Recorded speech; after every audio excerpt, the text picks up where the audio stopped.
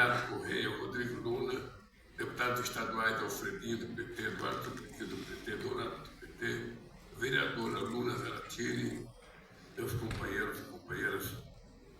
Eu penso que era só importante a gente refazer um pouco a história.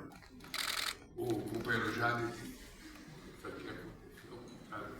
Olha o trabalho dele. Aí, teve aí, pessoal, o que aconteceu? Eu também disse que o pessoal aconteceu. Isso está acontecendo por causa do pessoal da casa muito competente. Eu vou dizer porque isso aqui está acontecendo de verdade. Isso aqui está acontecendo de verdade já. Porque um belo dia, o Haddad e eu fizemos uma reunião com os bancos. Estava presente o Itaú, o Santander, o Bradesco, e estava inclusive o BTG presente. Quando a grande reivindicação, o Isaac acho que estava presente, era para que eu liberasse 5% do compulsório destinado exclusivamente à habitação. Com base naquela reunião, eu fui chamar o Galípolo para dizer para ele qual era a expectativa da gente liberar 5% do compulsório. Ele falou, eu tenho uma coisa melhor do que liberar 5%, é liberar todo o compulsório. Bem, o dado concreto é que dessa reunião surgiu essa proposta de crédito que nós estamos fazendo hoje para o mercado. Da mesma forma que surgiu o crédito consignado. O crédito consignado, no meu primeiro mandato, ele surgiu depois de uma reunião com os bancos na Febraban. Na época, o presidente, acho que chamava-se Gabriel, e estava lá o Roberto Setúbal, estava o Lázaro Brandão, e eu fiz uma pergunta, por que o trabalhador não tinha direito a um crédito mais barato e ele tinha dificuldade? O trabalhador não conseguia nem entrar no banco. E eles me falaram, porque não tem garantia. E foi com base nessa garantia que a gente ofereceu a folha de salário como garantia para que a gente pudesse fazer o crédito consignado. Então, as coisas acontecem nesse país quando você tem um governo que tenha vontade de ouvir, e ao ouvir as coisas, ele tem a vontade de fazer as coisas andarem na frente. Porque se vocês analisarem uma fotografia do Brasil, vocês vão perceber que o nosso país é um país muito empobrecido, apesar da gente achar que não. E muita gente faz muitas críticas às políticas de inclusão social que nós fazemos. Muita gente diz, nossa, é muito dinheiro para a Bolsa Família, é muito dinheiro para a pé de meia, é muito dinheiro agora para o gás, é muito dinheiro para reduzir a energia, é muito dinheiro. Acontece que nós somos uma sociedade em que 90% do nosso povo praticamente ganha menos que 5 mil reais por mês. Agora, com a aprovação do imposto de renda, o mapa ficou muito mais claro. No Nordeste brasileiro, 91,4% das pessoas ganham menos, até 5 salários mínimos. No Norte do país, 85,1% ganha até 5 salários mínimos. No Sudeste, que parece rico, 72,3% ganha até 5 salários mínimos. No Sul, que também parece rico, 70,8% ganha até 5 salários mínimos. E no Centro-Oeste, 68,6%. O lugar onde as pessoas estão melhor de vida é em Brasília, que 48% ganha até 5 salários mínimos. Olha, eu estou dando esses números para dizer para vocês a necessidade da gente continuar fazendo políticas de inclusão social para ver se a gente faz as pessoas subirem um patamar a mais, um degrau a mais na escala social, para que a gente crie uma espécie de uma sociedade de classe média. Não é possível a gente achar que quem ganha 5 mil reais é classe média. Não é possível. Quem ganha até 5 mil reais não pode ser chamado, sabe, de classe média. Se o cara pagar aluguel e ele tiver um filho na escola, ele mal e porcamente sobra para ele comer. É esse país que nós estamos governando. E é esse país que a gente manda um projeto de lei, depois de acordado no Congresso Nacional, para as pessoas que ganham acima de 600 mil, acima de 1 milhão, pagar uma merrequinha a mais, para que as fintechs paguem um pouco mais, para que a BED pague um pouco mais, e que eles votam contra, sabe?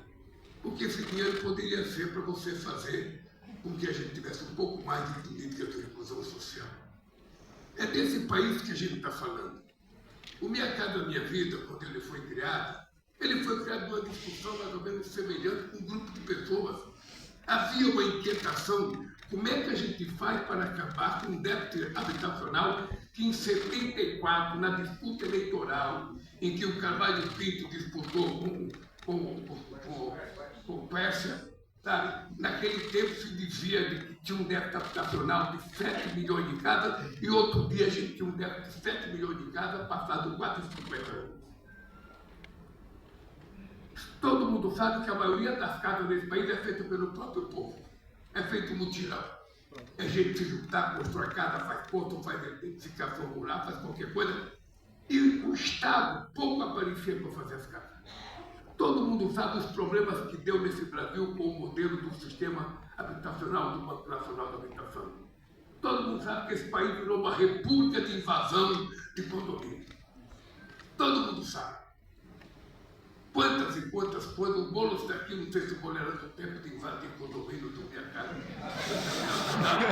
Mas a verdade é que nós tínhamos, sabe, historicamente, todo dia tinha invasão, todo dia tinha enfrentamento com a polícia, porque não tinha um sistema que cuidasse adequadamente daquelas pessoas que precisavam. Ontem eu fui inaugurar, essa semana eu fui inaugurar, segunda-feira, eu fui inaugurar um conjunto habitacional em Imperatriz do Maranhão. O Jader sabe que eu fiquei bravo, fiquei nervoso, porque é um conjunto de 3 mil casas. Um conjunto para 11 mil pessoas, tá? E 11 mil pessoas não é um conjunto habitacional, é uma cidade. Eu não fui inaugurar um conjunto habitacional. Nós fomos inaugurar uma cidade que não tinha praça, que não tinha hospital, que não tinha padaria, que não tinha um boteco, nada. É 3 mil casas no meio do nada. Não é possível a gente continuar fazendo casa assim. Não é possível.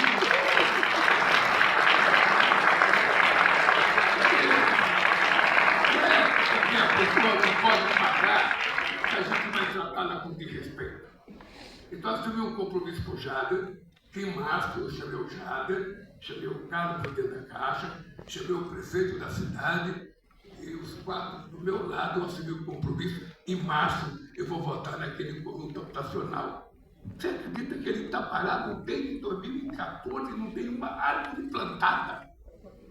Uma árvore plantada. Se tivesse plantado, já tinha dado até caju, jabuticaba, jaco, qualquer coisa, mas ninguém plantou. E não é assim que a gente vai tratar as pessoas mais humildes desse país. E quando eu falo das pessoas mais humildes, gente, quem está falando com vocês é um presidente que morou numa casa de 33 metros quadrados, com mulher, 3 filhos, 2 cachorros e uma sogra. E era o máximo. E era feliz com aquilo que eu tinha. O Suplicy conheceu minha casa, muito aqui conheceu minha casa. Minha canelinha toda machucada, tanto bater para entrar na cama para dormir. Sabe, porque quando abria a porta do guarda-roupa não dava para passar. Quando abria a geladeira não dava para encostar no fogão. Então, o povo está muito contente porque é o máximo dele. É o máximo. Então, como eu sei como é que as pessoas vivem, como eu sei como é que as pessoas podem morar numa casa dessa, nós temos que no mínimo dar conforto e ao mesmo tempo já me bota projeto de casa extraordinário. Tem um conjunto habitacional extraordinariamente. O Minha Casa Minha Vida Comunidade tem casa de 60 metros quadrados, prédio de apartamento de 2 andares, com um ponte ligando os 2 prédios. Está provado que é possível fazer as coisas melhor, basta que a gente resolva tratar as pessoas com respeito. E aí vem a implicação da classe média. Aí vem a minha implicação da classe média. Um trabalhador metalúrgico, um bancário, um químico, um gráfico, um trabalhador, sabe, da Caixa Econômica, sabe, um professor, ganha 10 mil por mês, 8 mil. As pessoas não gostam também como a gente imagina. Sabe? Então, essas pessoas não têm direito a comprar casa, porque eles nem são pobres, não estão sabe, na faixa 1, nem na faixa 2, esses ganham um pouco mais de 4, essas pessoas não têm casa para elas. Não tem. Então a coisa mais comum, as pessoas falam, Lula, pô, pensa um pouco em mim, eu sou metalúrgico, eu ganho 10 mil reais, eu trabalho na Volkswagen, eu trabalho no Banco do Brasil, eu ganho 11 mil, mas eu não consigo comprar uma casa. Então esse programa foi feito pensando nessa gente, pensando em dar àqueles que ainda não têm direito, o direito de ter a sua casinha um pouco melhor. Ele não quer uma casa de 40 metros quadrados, ele quer uma casa de 70, de 80 metros quadrados. Ele não quer morar nos Cafundó do Júlio, ele quer morar num lugar mais próximo, de onde ele está habituado a morar. Então o que nós vamos tentar fazer é adequar as dificuldades econômicas das pessoas, levando em conta o respeito à dignidade humana de morar num lugar onde pensa que é bom morar e acredita que é morar. É para isso que foi criado esse programa.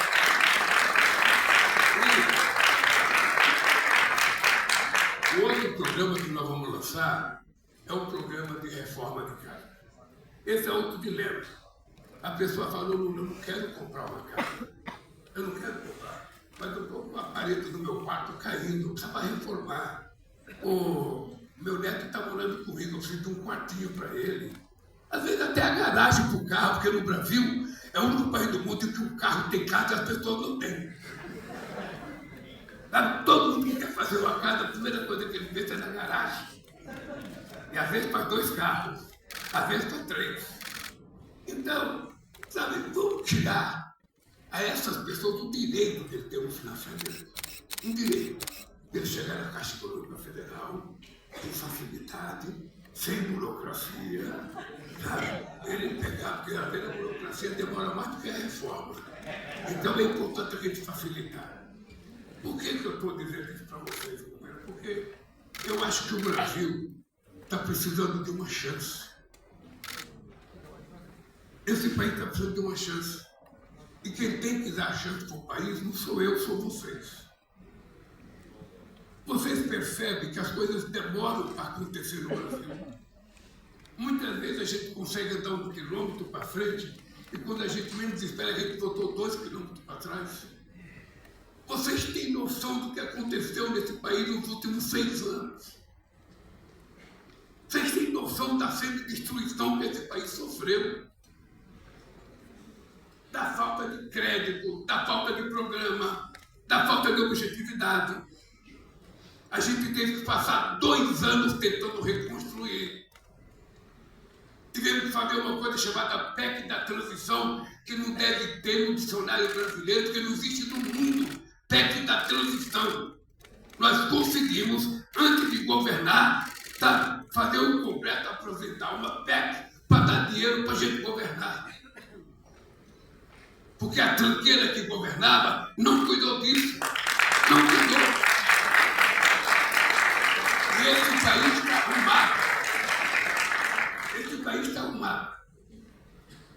E eu digo sempre o seguinte, digo boa tarde todo dia. Veja, de vez em quando me incomoda muito o organismo. Me incomoda porque, sabe, se você pegar a chamada notícia de desenvolvimento no Brasil, de crescimento econômico, de crescimento da massa salarial, de crescimento do financiamento, você quase não vê notícia. Mas se você pegar déficit fiscal, é todo santo dia. Tem uma indústria de jogar desconfiança na sociedade brasileira. Como se quem está fora, sabe, tivesse responsabilidade e quem está dentro não tivesse responsabilidade. Ora, as pessoas não percebem que ninguém nesse país trata com mais responsabilidade a questão das contas públicas do que quem está no governo. Porque se não cuidar, quando sair, vai ter tanto processo que vai passar a vida inteira respondendo processo. Porque está cheio de gente no Brasil que passa enquanto você está no governo, não faz nada. Você deixou o governo, aparece uma fila de processo contra você. Qualquer cara que dormiu bêbado na calçada, ele levantou, não tem o que fazer, um processo contratado. Negligência administrativa, qualquer outra coisa mais. Então nós temos muita responsabilidade, muita. Vocês me conhecem, sabem o seguinte, não tem mágica em economia. Não existe mágica. Não tem ninguém que faça assim. Não tem gênio na economia. Se tivesse no Brasil, não tinha passado a miséria que passou. Então eu fico pensando, gente, imagina uma coisa. Esse país nunca teve reserva internacional. Nunca teve.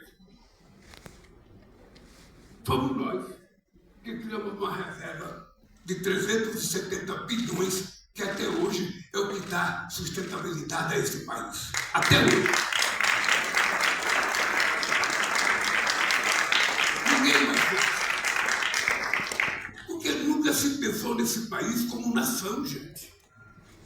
Nunca se pensou nesse país de longo prazo. O que a gente quer para esse país? Eu completei 80 anos no documento, mas o presente vocês podem me dar dia 27 de outubro, que é o dia que eu comemoro. Porque meu pai me batizou, naquele tempo era batistério. E no meu batistério está dizendo que eu nasci dia 6 de outubro. Mas a minha mãe disse que eu nasci dia 27 de outubro. E veja o meu dilema. Entre acreditar no cara que colocou a data do batistério e acreditar na minha mãe, que me carregou 9 meses na barriga, e depois teve que parir esse cabeçote aqui, que vai eu sou obrigado a acreditar na minha mãe. Então,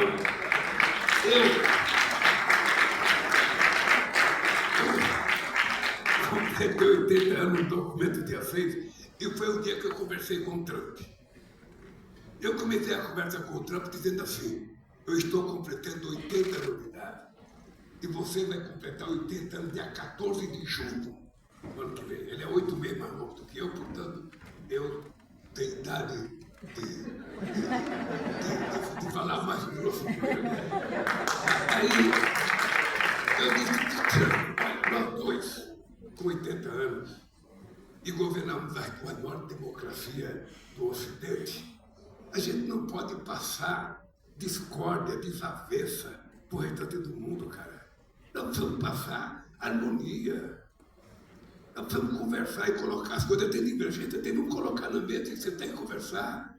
Não tem tema proibido para conversar comigo. Eu sou corintiano, mas tem muitos amigos palmeirenses. Tem muitos, é verdade.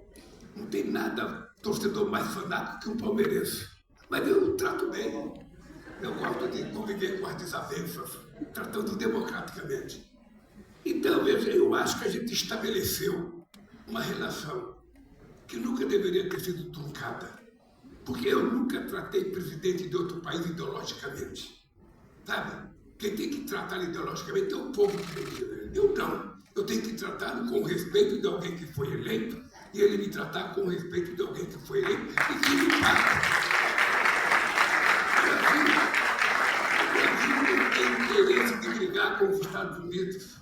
Eu não quero brigar com a Bolívia, eu não quero brigar com o Uruguai. Por que eu vou brigar com os Estados Unidos? E se a gente brigar, a gente ganhar, o que a gente vai fazer? Então é melhor não brigar. É melhor não brigar. É melhor fazer sentar numa mesa, sabe, conversar um pouquinho, assinar um documento e tudo fica bom. Então não parecia impossível isso. Não parecia impossível. Vamos ser francos, vocês, cidadãos brasileiros, que ficam acompanhando a imprensa diariamente, vocês não ficaram preocupados? Puxa vida, acabou o Brasil.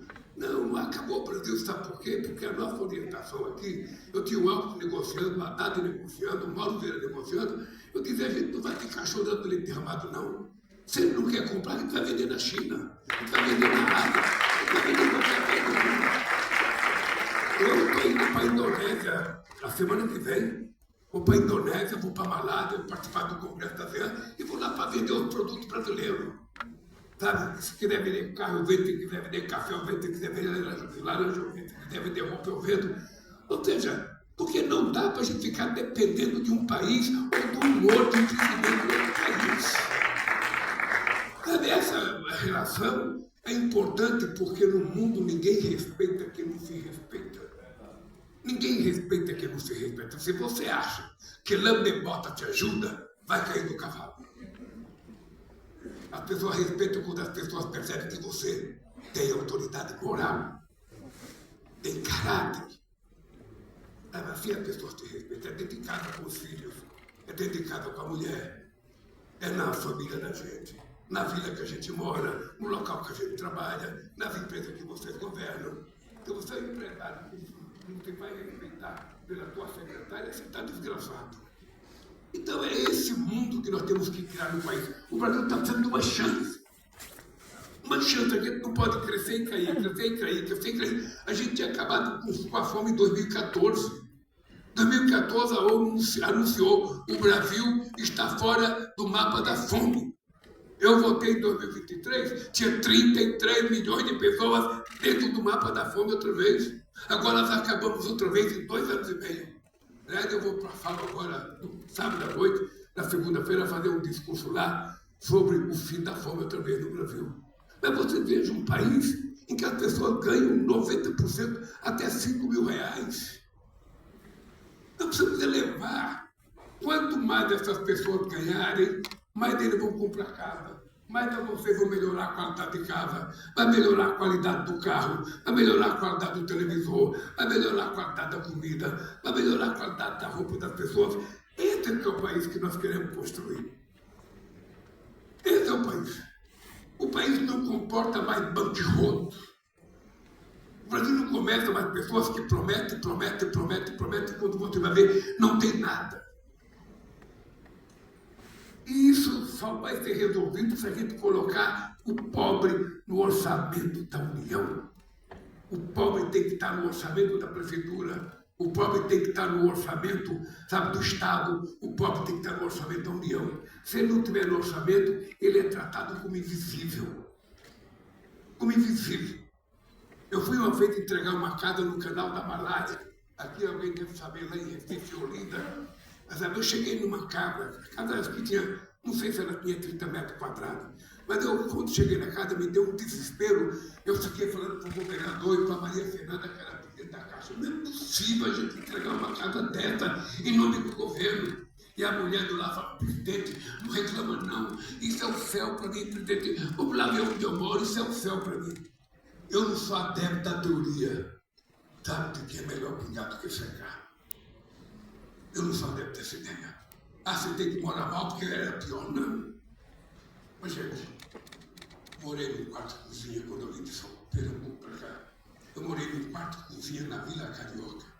O álbum dessa noite, que é a Vila Carioca, na frente do armazém do IBC.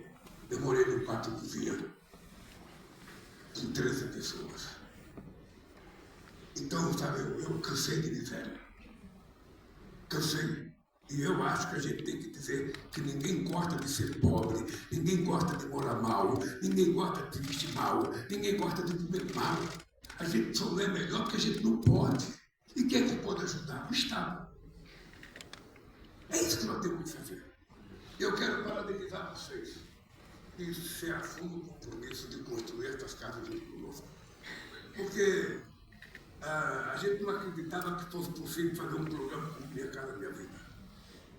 A gente não acreditava. Primeiro porque, na época, eu consultei a Medina e ela disse, eu só posso fazer 200 mil casas é um grande programa. Um grande programa de 200 mil casas num país de 200 milhões de habitantes não é grande coisíssima nenhuma. O Guido Mântica falou que 500 mil casas, 500 mil casas é pouco. Só pastor Acegano quando lembramos de 1 milhão de casas. Agora nós estamos falando de 3 milhões de casas até 2026, contratar até o final de 2026.